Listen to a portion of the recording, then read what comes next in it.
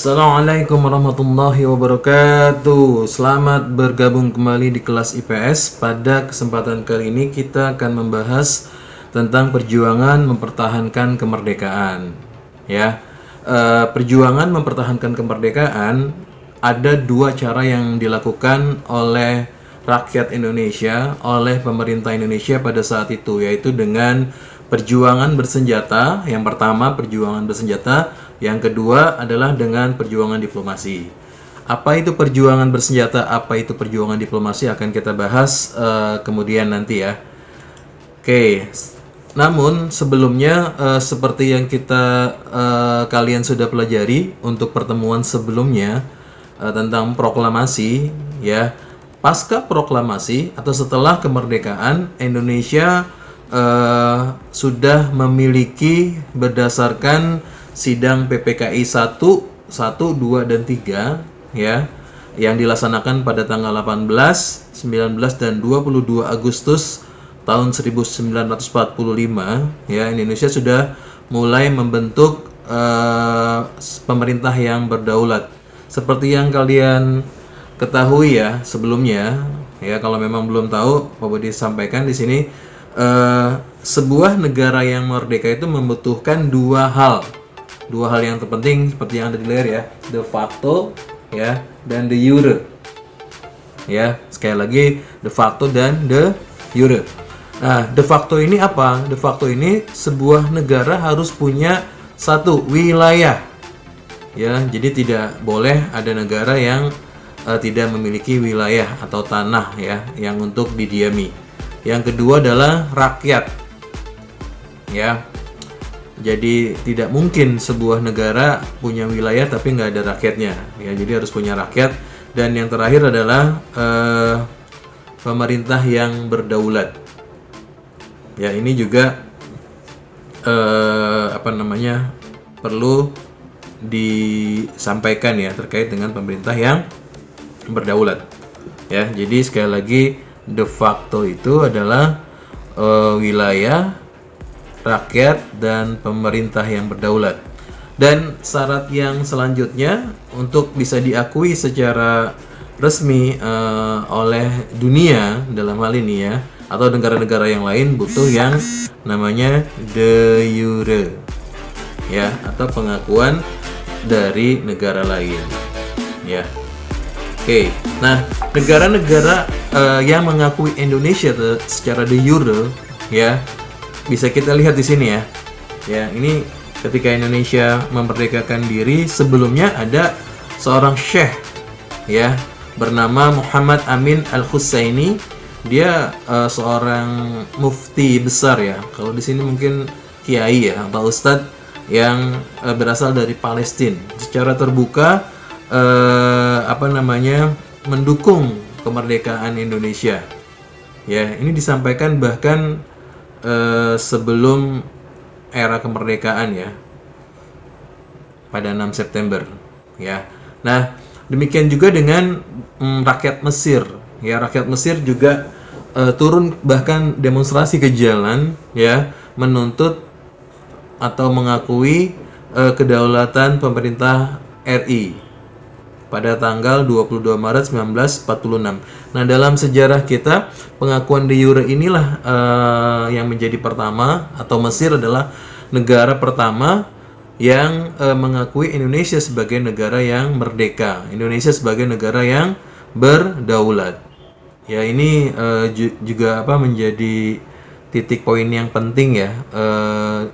Jadi sekalipun Indonesia berkeras untuk bisa merdeka, namun tanpa adanya dukungan dari negara lain atau pengakuan dari negara lain, bisa saja suatu waktu keberadaan Indonesia ini tidak diakui ya. Dan selanjutnya kemudian Libanon, Irak, ya, Syria, Afghanistan ya, Pakistan, India, Arab Saudi ya, Inggris, bahkan Rusia, dan juga yang terakhir Amerika Serikat ikut mengakui kedaulatan negara Indonesia ya. Tentu saja ini terjadi karena adanya peran serta dari para diplomat Indonesia ya, tokoh-tokoh yang memang diutus untuk bisa memberikan penjajakan ya, agar negara-negara di dunia mendukung kemerdekaan Indonesia. Ya, jadi sudah jelas ya, de facto dan de jure ya, ini sudah kita mulai miliki ya. Nah, indikator yang akan kita bahas ini perlu disampaikan juga, kompetisi dasarnya adalah mengidentifikasi usaha perjuangan mempertahankan kemerdekaan Indonesia. Artinya memang kemerdekaan Indonesia ini perlu untuk tetap dipertahankan, karena masih ada pihak-pihak lain yang ingin kemerdekaan ini digagalkan ya. Ya, jadi sekali lagi kita mencoba menjelaskan pada pertemuan kali ini adalah perjuangan rakyat mempertahankan kemerdekaan Indonesia di berbagai daerah ya. Terus juga menjelaskan tentang perjuangan diplomasi. Tadi sudah dibahas di awal terkait ada dua bentuk perjuangan mempertahankan kemerdekaan, yaitu perjuangan bersenjata dan perjuangan diplomasi ya. Oke. Nah, ini ilustrasinya ya, seperti apa bentuknya adalah, kalau bersenjata secara jelas adalah mudah ya, karena pasti dengan konfrontasi secara fisik atau konflik secara fisik. Indonesia dengan perlengkapan persenjataan yang ada berusaha untuk mengusir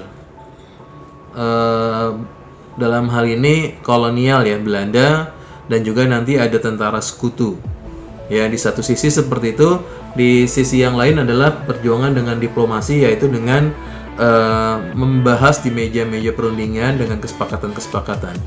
Nah, ini yang nanti perlu juga kita ketahui terkait dengan bagaimana perjalanan bangsa kita akhirnya bisa tetap mempertahankan kemerdekaannya sampai saat ini ya, sampai detik ini. Ya, jadi tugas kita adalah sebagai seorang warga negara Indonesia harus mengetahui ini juga dan berusaha bagaimana caranya tetap menjadikan NKRI, Negara Kesatuan Republik Indonesia ini tetap kuat, tetap ada ya selama-lamanya ya. Ini adalah peran serta kita sebagai warga negara. Baik, kita lanjutkan. Nah, diawali dulu dengan prolog terkait dengan Jepang yang sudah kalah di Perang Dunia Kedua ya, sudah dijelaskan di pertemuan 1 yang kemarin. Ditugaskan untuk memelihara status quo ya. Status quo ini ada di sini ya. Apa itu status quo? Status quo ini menjadikan sebuah gambaran bahwa tentara Jepang, tentara yang ke-16 ya, tentara ke-16 ini yang ditugaskan menjaga di Indonesia sampai nanti datangnya tentara sekutu. Jadi tugas mereka adalah nggak boleh atau tidak boleh ada hal-hal yang perubahan drastis di Indonesia. Salah satunya tadi perubahan kekuasaan. Padahal kita ketahui Indonesia sudah memerdekakan dirinya pada tanggal 17 Agustus 1945. Inilah yang bisa dikatakan konflik yang akan terjadi ya. Di satu sisi Jepang tidak menginginkan adanya perubahan kekuasaan kepada siapapun sampai mereka menyerahkan kepada sekutu, tapi di sisi yang lain Indonesia sudah memerdekakan dirinya ya. Pihak Indonesia sudah secara tegas memproklamasikan kemerdekaannya ya, dan ingin agar semua penjajah yang ada di Indonesia keluar dari tanah air ya. Karenanya Indonesia tetap berusaha berjuang untuk mengusir tentara kolonial atau penjajah yang masih ada ya.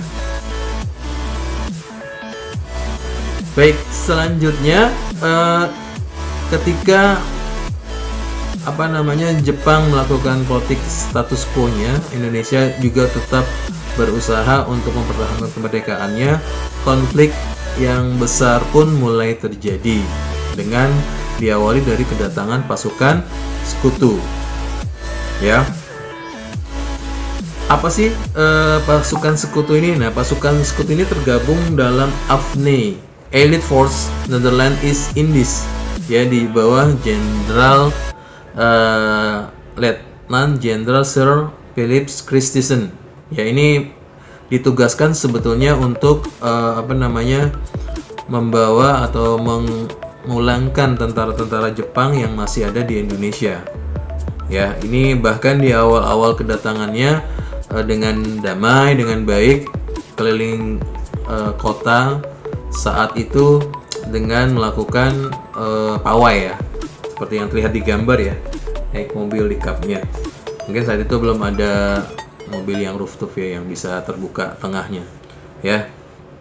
Nah, AFNE ini tergabung dalam pasukan SEAC ya, Southeast Asia Command, di bawah pimpinan Lord Mountbatten. Ya, ini ada fotonya nih, keren ya. Ya, ini tokoh-tokoh yang saat itu datang ke Indonesia. Ya, kapalnya juga keren ya, HMS Cavalier. Ini adalah kapal perang yang memang digunakan di kawasan Asia Pasifik dan di kawasan lainnya di medan pertempuran. Ya. Selanjutnya ini juga dokumentasi antara Sir Philip Christison dan Presiden Soekarno. Artinya kondisi yang awal-awal ini kondisi yang damai ya ketika sekutu datang ya. Terus bagaimana kok bisa terjadi konflik ya? Karena sebetulnya rakyat Indonesia sendiri bersikap ya, tadi seperti yang sudah disampaikan, sudah bersikap baik, menyambut dengan baik kedatangan tentara AFNE ini, tentara sekutu ini. Namun ternyata di dalam tentara itu ada lagi tentara yang lain yang namanya NICA, atau bacaan gampangnya NICA ya, Netherlands Indies Civil Administration. Nah, NICA inilah yang membuat masalah, yang memprovokasi, yang memancing-mancing permasalahan, karena memang tujuannya mereka adalah untuk menjadi atau menjajah Indonesia kembali ya. Bahkan mereka secara langsung membebaskan tentara Kenil.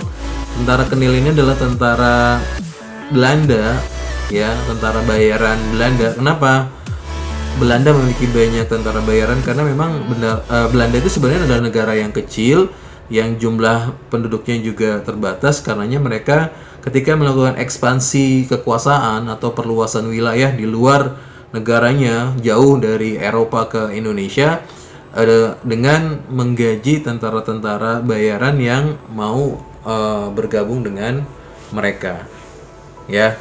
Jadi mereka sekali-sekali melakukan provokasi bersenjata, artinya seringkali mengancam rakyat Indonesia dengan mengarahkan senjatanya atau sesekali juga menembakkan senjata apinya ya.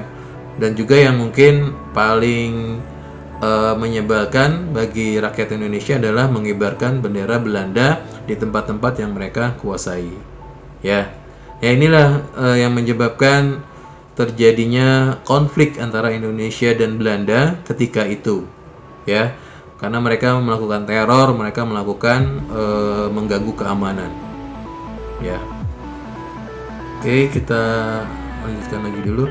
Nah, ketika konflik ini, apakah ada peran dunia internasional? Tentunya ada ya. Inggris ketika melihat situasi antara Indonesia dan Belanda ini belum kunjung selesai, akhirnya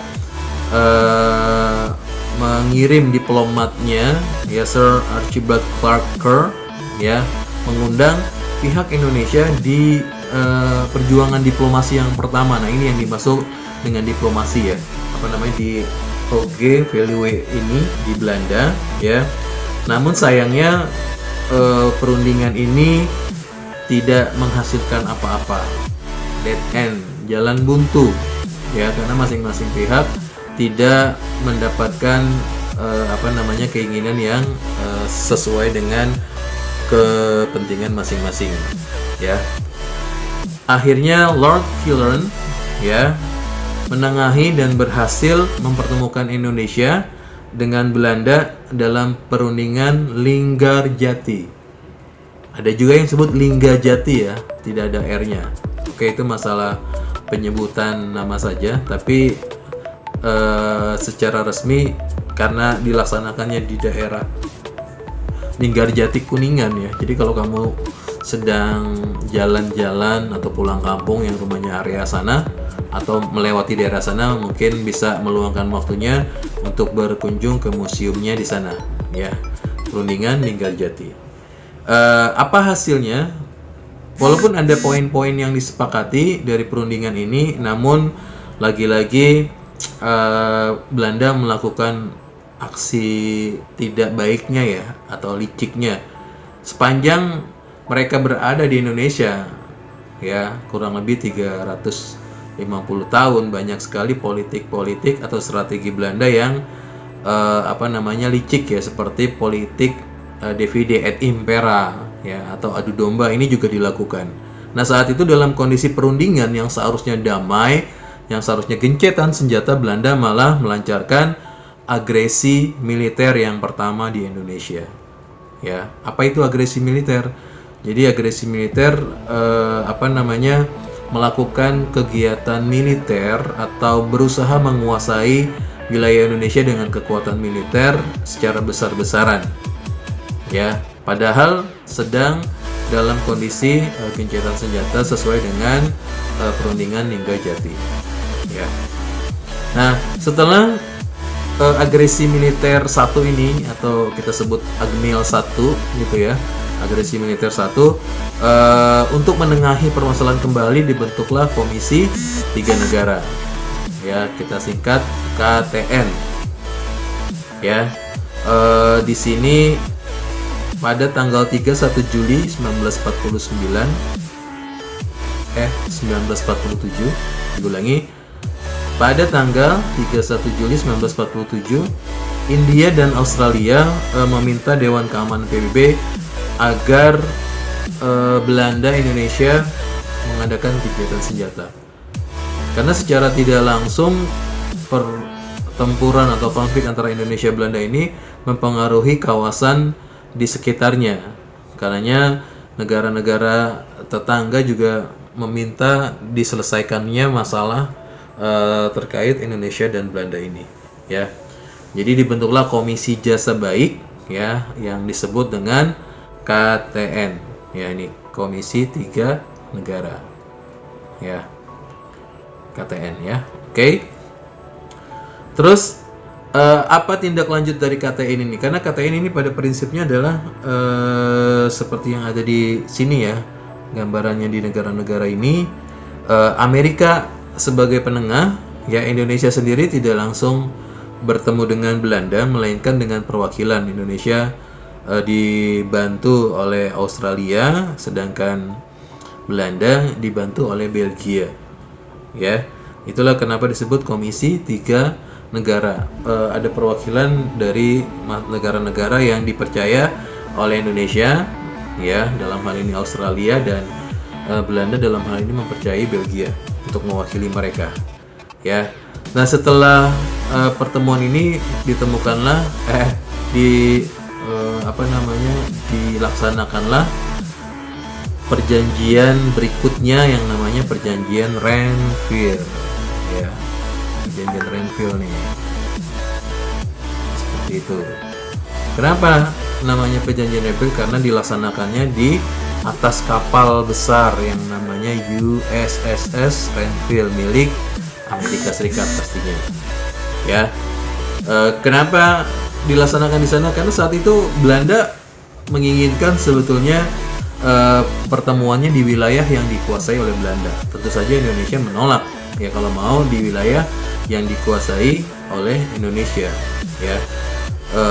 Untuk menengahinya akhirnya dicarilah wilayah yang netral, yang kebetulan saat itu sedang berlabuh sebuah kapal besar, ya, kapal perang besar yang namanya USSR Renville. Jadi tempat itu pun dipilih untuk melakukan perundingan atau pertemuan untuk mencapai gencatan senjata atau perundingan damai, ya. Namun lagi-lagi hasil dari Renville ini, perjanjian Renville ini digagalkan oleh adanya agresi militer Belanda yang kedua, ya. Nah, setelah itu akhirnya dibentuklah UNCI. Siapa yang membentuk PBB? ya, Perserikatan Bangsa-Bangsa atau United Nation, yang namanya UNCI, singkatan dari United Nation Commission for Indonesia. Ya, ini UNCI-nya ya. Oke. Nah, UNCI inilah yang akhirnya melaksanakan perundingan selanjutnya, mulai konflik antara Indonesia Belanda ini langsung ditengahi atau di bawah pembahasan Dewan Keamanan PBB juga ya, atau United Nation, atau di bawah PBB secara langsung. Ya, dengan adanya UNCI ini difasilitasilah perundingan berikutnya. Jadi diulang ya. Ada Hague Value yang gagal, terus Linggarjati sempat ada perundingan tapi gagal karena agresi militer satu. Terus ada KTN, ya, KTN berhasil, ada perundingan Renville, tapi perundingan Renville digagalkan kembali oleh Belanda dengan agresi militer yang kedua, ya. Baru UNCI. Nah, UNCI sendiri memfasilitasi perundingan Roem-Royen di Hotel des Indes Jakarta. Sebelumnya sudah kita lihat ya, Hotel des Indes ini ketika peristiwa diproklamasi ya, kemerdekaan Indonesia. Ya, kalau sekarang Grand Indonesia ya, salah satu titik sentral atau di HI, Tugu HI. Biasanya kalau kamu pernah Car Free Day ke arah sana itu ramai sekali ya, tapi tidak untuk kondisi yang sedang sekarang ya, yang sedang COVID ya. Perundingannya namanya tadi apa? Roem-Royen. Tapi Roem-Royen ini sebetulnya belum perundingan final ya, karena sebetulnya untuk merumuskan perundingan berikutnya yang namanya Konferensi Meja Bundar. Ini ada di sini ya. Konferensi Meja Bundar ya, atau KMB. Di mana dilaksanakannya? Di Den Haag ya, Belanda. Ya, lanjut. Ya. Nah, dari perundingan-perundingan itu sebetulnya Belanda menjalankan aksi yang lain ya. Jadi membuat konflik-konflik lokal seperti yang tadi Pak Budi sudah sampaikan, bahwa Belanda sangat mahir dalam membuat strategi politiknya yang namanya divide et impera.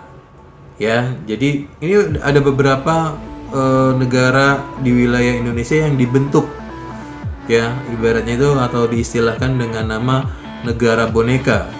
Antara lain dengan adanya konferensi Malino di Sulawesi Selatan di bulan Juli 1946 ya, konferensi Pangkal Pinang, konferensi di Bali, Belanda di belakangnya ya, secara tidak langsung membentuk negara-negara baru di dalam Indonesia, seperti negara Indonesia Timur dan Kalimantan. Ya, di sini Kalimantan Barat oleh Abdul Hamid kedua, ya, bahkan saat itu juga ada Sumatera Timur. Ya, kita tahu sekarang tidak ada ya Sumatera Timur di Indonesia. Terus ada Madura, Jawa Barat atau Pasundan, dan Jawa Timur. Nah, ini nanti yang akan menjadi cikal bakal lahirnya pemberontakan di Indonesia.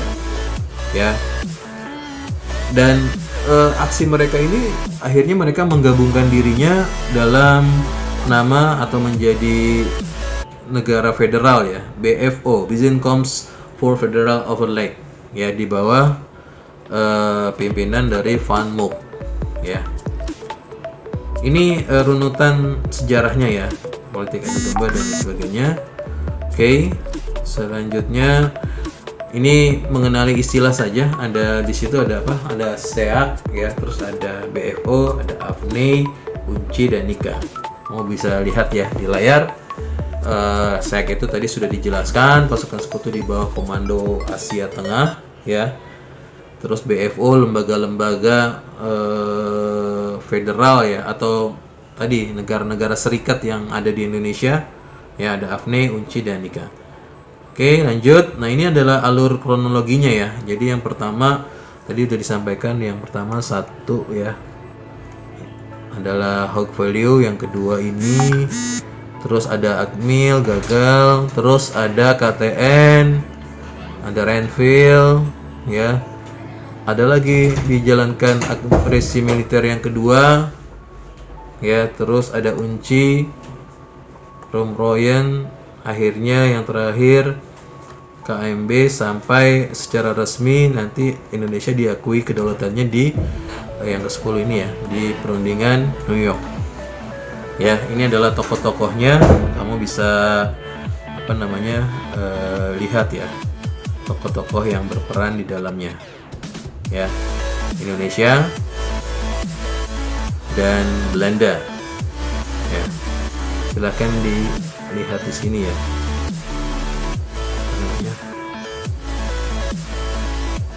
Oke, ini perlu di garis bawahi. Oke, lanjut. Nah, ini beberapa dokumentasinya. Nah, kalau kamu ingin tahu seperti apa Linggarjati, itu seperti rumah peninggalan zaman Belanda ya sebetulnya. Gaya-gayanya betul tua, cukup nyaman juga. Jadi pernah ke sana sambil melihat seperti apa sih kondisi di Linggarjati sana. Nah, ini dokumentasi sejarahnya saja. Di bawah ada Renville ya, yang di tengah ini rumahnya nih ya, yang tadi Pak Budi bilang. Nah, Renville ini yang di atas kapal USS Renville ya, USSR Renville ya. Oke, lanjut.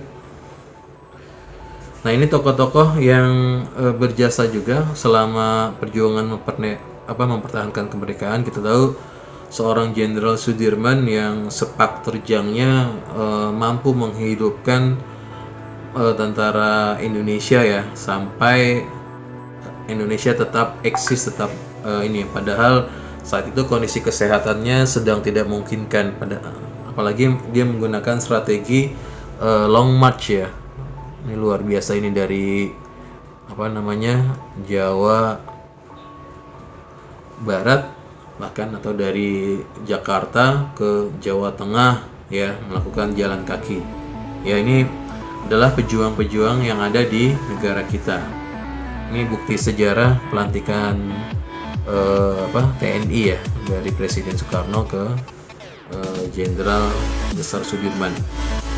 Nah, di bawahnya saat itu juga sempat kemarin belum sempat dibahas secara detail ya, dengan adanya agresi militer yang dilakukan Belanda sampai ditahannya Soekarno-Hatta, karenanya dibutuhkan PDRI. Apa itu PDRI?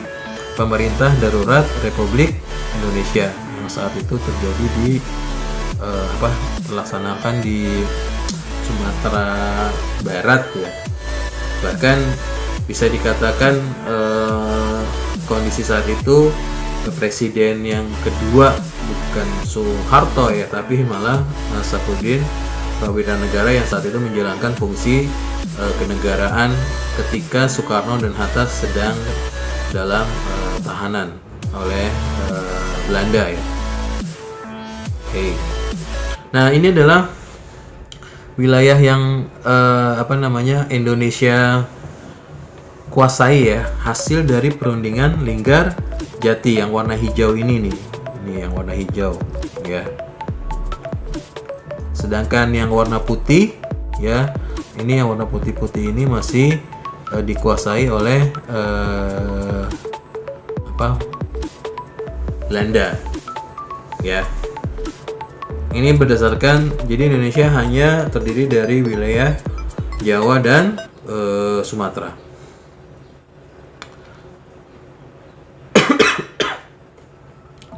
Oke, lihat saja ya, seperti itu ya. Ini wilayah kekuasaannya. Nah, setelah perjanjian Renville, karena Indonesia terdesak juga wilayahnya, jadi ada beberapa wilayah nih yang kosong ya, yang lepas dari Indonesia ya. Gambarannya seperti itu ini ya, yang ini ya. Itulah kenapa terjadi long march ya, karena setelah agresi militer yang kedua, Belanda berhasil menguasai beberapa wilayah Indonesia. Nah, setelah KMB ini bisa dikatakan menjadi kemenangan diplomasi Indonesia ya, yang tadi hanya Jawa dan Sumatera, sekarang menjadi hampir seluruh wilayah Indonesia kecuali saat itu Irian ya, atau Papua kita sebutnya sekarang ya. Ini sudah menjadi wilayah Indonesia yang semakin banyak setelah KMB. Nah, ini adalah peta alur agresi militer Belanda yang ada sejak tahun 1945 sampai 1948 ya. Beberapa titik yang menjadi pertempuran di sini ya, ini daerah-daerah yang hijau itu ya. Jadi Belanda sangat berkeinginan sekali menguasai Indonesia. Nah, apa sih isi dari KMB? Nah, ini adalah beberapa isi dari KMB. Kamu bisa lihat di sini. Belanda menyerahkan sepenuhnya kedaulatan atas Hindia Belanda. Mereka menyebut kita saat itu Hindia Belanda kepada Republik Indonesia Serikat. Nah, ini juga nih politik yang Belanda lakukan nih. Jadi dia nggak mau memberikannya ke RI ya, tapi dia memberikannya ke RIS, Republik Indonesia Serikat. Seperti yang tadi sudah disampaikan terkait yang BFO tadi ya.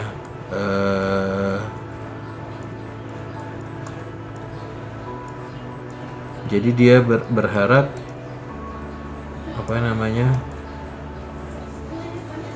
Indonesia masih bisa diadu domba ya. Nah, ini adalah perjuangan mendukung proklamasi ya.